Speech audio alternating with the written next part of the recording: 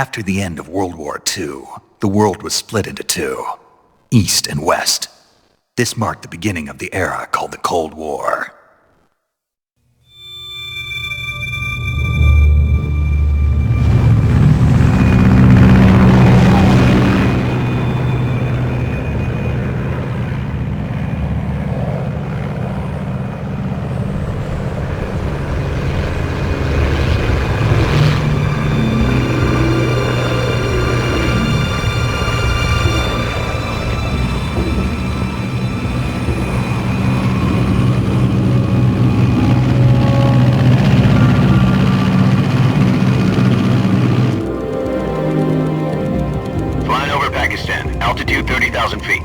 Approaching Soviet airspace.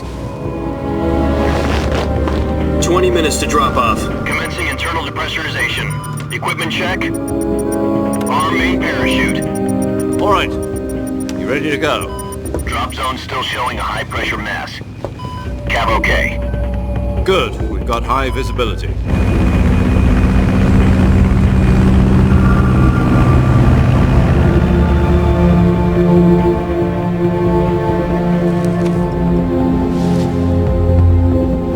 Put out that cigar.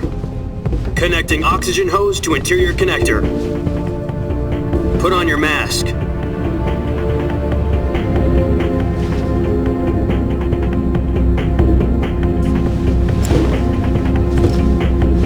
Does this panty waste know what he's doing? Approaching release point. 10 minutes to drop off. Hey, are you deaf? He said put out the cigar and put on your mask.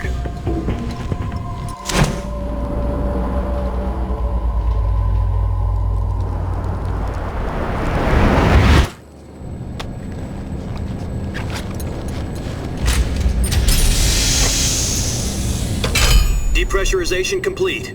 Checking oxygen supply. 6 minutes to drop off. Opening rear hatch.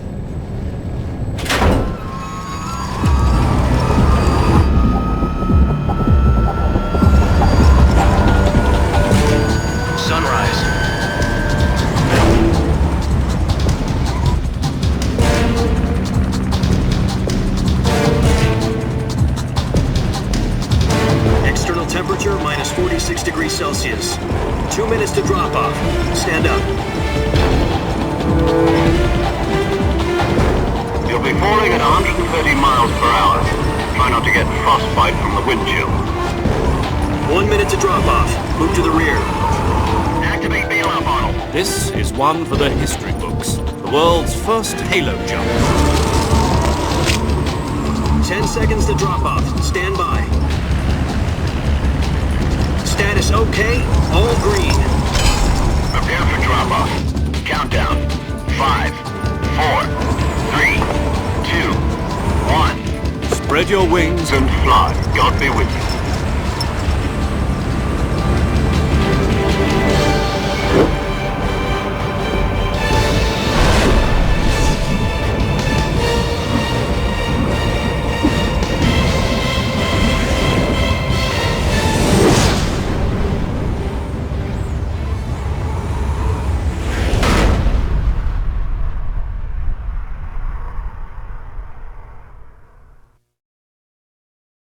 Jack, I've got some important news. The head of the CIA has finally given us the green light for the Virtuous Mission. Virtual Mission? No, the Virtuous Mission. The future of our Fox unit depends on it. If it succeeds, we'll be officially organized into a unit. Virtuous Mission? Sounds like some kind of initiation ritual. You know, don't get cocky. This isn't a training op. Right. So what exactly is this wonderful mission? Well, about 2 years ago, a certain Soviet scientist requested asylum in the West through one of our moles. His name is Nikolai Stepanovich Sokolov. He's head of the OKB 754 Design Bureau, one of the Soviets' top-secret weapon research facilities, and the East's foremost expert on weapons development.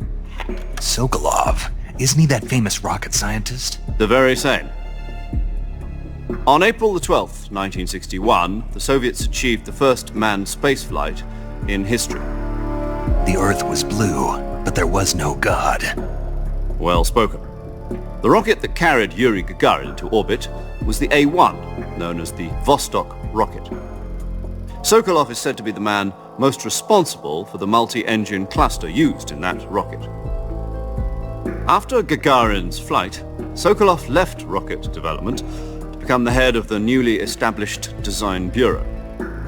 From a lowly technician to head of a design bureau, that's quite a success story, so why'd he want to defect?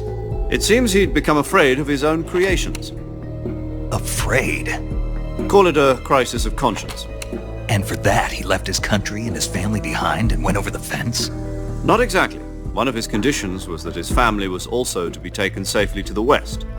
We used a mole to get the family out first and succeeded in sneaking Sokolov over the Berlin Wall shortly afterwards. I was the one who conducted the operation. The security on the eastern side was still full of holes back then. Then what? We got Sokolov over in one piece, but the whole ordeal had left him exhausted, and we checked him into a hospital in West Berlin. It took him 2 weeks and more than 600 miles to get from the research facility in the Soviet Union to Berlin. He was in no condition to say anything coherent. And it was only a week later that we had something much bigger on our hands. The Cuban Missile Crisis. October the 16th, 1962, President Kennedy received word that the Soviets were in the process of deploying intermediate-range ballistic missiles in Cuba. The President demanded that the Soviets dismantle and remove the missiles. At the same time, he announced a naval blockade to prevent further missile shipments from reaching Cuba. But the Soviets didn't back down, instead placing their armed forces on secondary alert. Soviet transport ships carrying missiles continued on course towards Cuba. US and Soviet forces went on alert for an all-out nuclear war. Frantic negotiations were conducted through the UN's Emergency Security Council and unofficial channels to end the hair-trigger standoff. Finally, on October the 28th, the Soviet Union agreed to remove its missiles from Cuba. And so the world avoided a nuclear holocaust. But in order to get the Soviets to pull their missiles out, we had to make a deal. You mean the one where the US agreed to remove its IRBMs from Turkey? No. The Jupiter IRBMs deployed in Turkey were obsolete, and we were going to get rid of them anyway. They had no strategic value whatsoever to either the US or the Russians. The Turkey deal was a ruse, a cover story that was fed to the other intelligence agencies around the world. So what did the Russians really want? Sokolov. They wanted us to return Sokolov. You mean the Soviets pulled out of Cuba just to get their hands on Sokolov? That's right. What the hell was he working on? At the time, we had no idea. We were running out of time. It was either give up Sokolov or risk full-scale nuclear war. In the end, we had no choice. President Kennedy gave in to Khrushchev's demand. The next day, I got Sokolov out of the hospital, handing him over to agents on the eastern side. Sokolov kept on screaming, "Save me," until he disappeared from my sight. Then a month ago, we received some new information from one of our moles. About Sokolov? Yes. He was taken back to the research facility and forced to continue working on the weapon in question under KGB supervision. What's more, it's on the verge of completion. So what kind of weapon is it? Something to do with space rockets? No, missiles. Same technology. I guess you're right. We don't know the details, but it appears to be a new kind of nuclear device. For half a year now, the Soviets have been conducting frequent nuclear tests at Semipalatinsk. Something to do with the weapon, I assume. We're talking about a secret weapon so big that Khrushchev was ready to pull out of Cuba to get it back. Is Sokolov still in the facility? No. According to our intelligence, he's in Selinoyarsk, a place in the mountains about 3 miles to the west that's known as the Virgin Cliffs. The Virgin Cliffs. Nice name for a virtuous mission. They moved him there just recently. Why? Apparently, they're conducting a field test of the weapon, but it's our best chance to get him back. This mission would never have been possible if he was still in the research facility. This is our last chance. Sokolov must have known that too when he contacted us.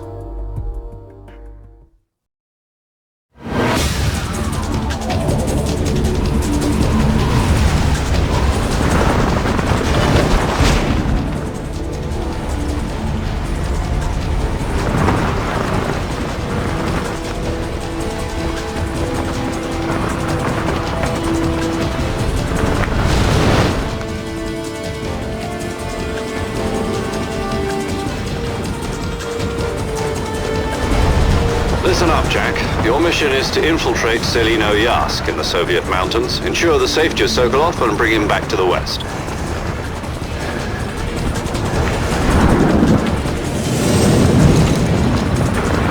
If we don't get Sokolov back before that weapon is complete, we'll be facing a major crisis. The clock is ticking.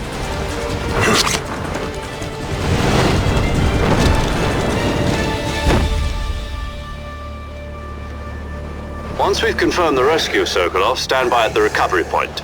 A recovery balloon will be dropped at that point. Helium will be pumped into the balloon to inflate it. The process takes about 20 minutes. Once it's complete, the gunship's arm will latch onto the balloon and pull it up. The Fulton surface-to-air recovery system. I'm familiar with the theory. Take it easy. It's been combat-proven. Do you think Sokolov is up to it? The shock will be less than during a parachute jump, and the arm can handle up to 500 pounds. So you're planning on going over the border in a single combat talent? She's equipped with two 6-barrel 20mm Vulcan cannons, as well as two 40mm machine guns. Sounds like she could hold her own against a battalion of tanks. Even with the fuel in the reserve tank, we're facing a 4-hour time limit. If all goes well, it shouldn't take more than a few hours. Home in time for dinner. But if anything goes wrong, you'll be eating dinner, breakfast, and all the rest of your meals in the jungle.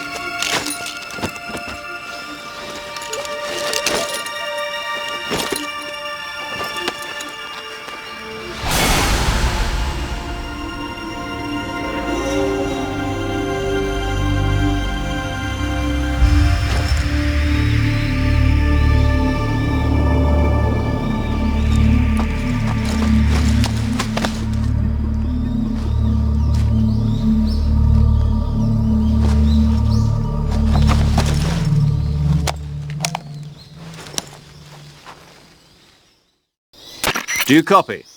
You're already in enemy territory, and somebody might be listening in. From here on out, we'll be using code names to refer to each other.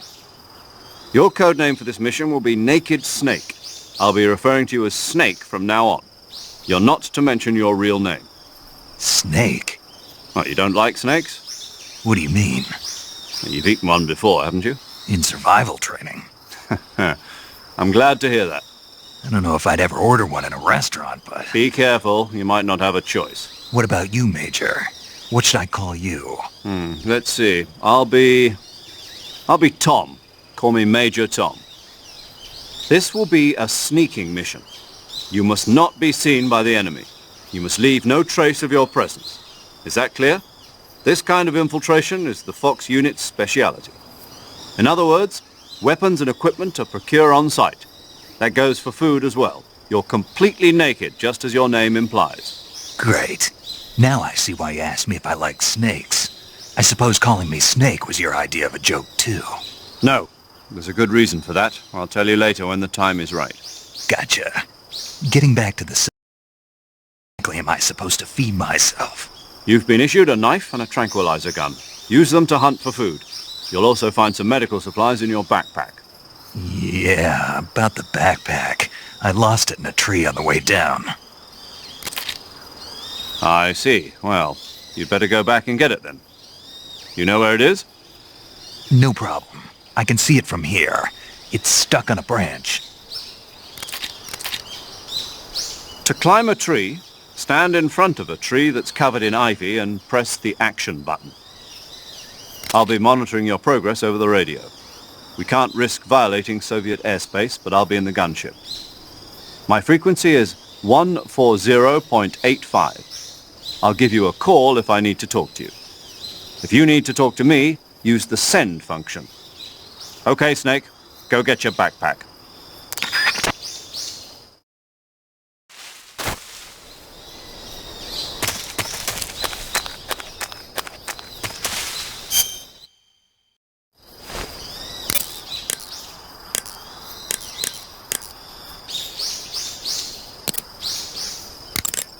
Snake, do you see any tufts of grass? Yeah, What kind of grass? just ordinary grass. Nothing special.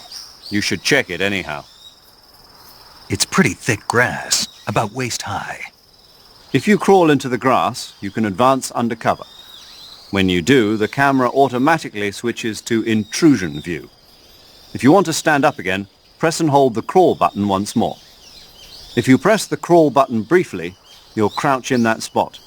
This allows you to observe things without blowing your cover. Got it? Yeah, but But what? was that the only reason? What do you mean?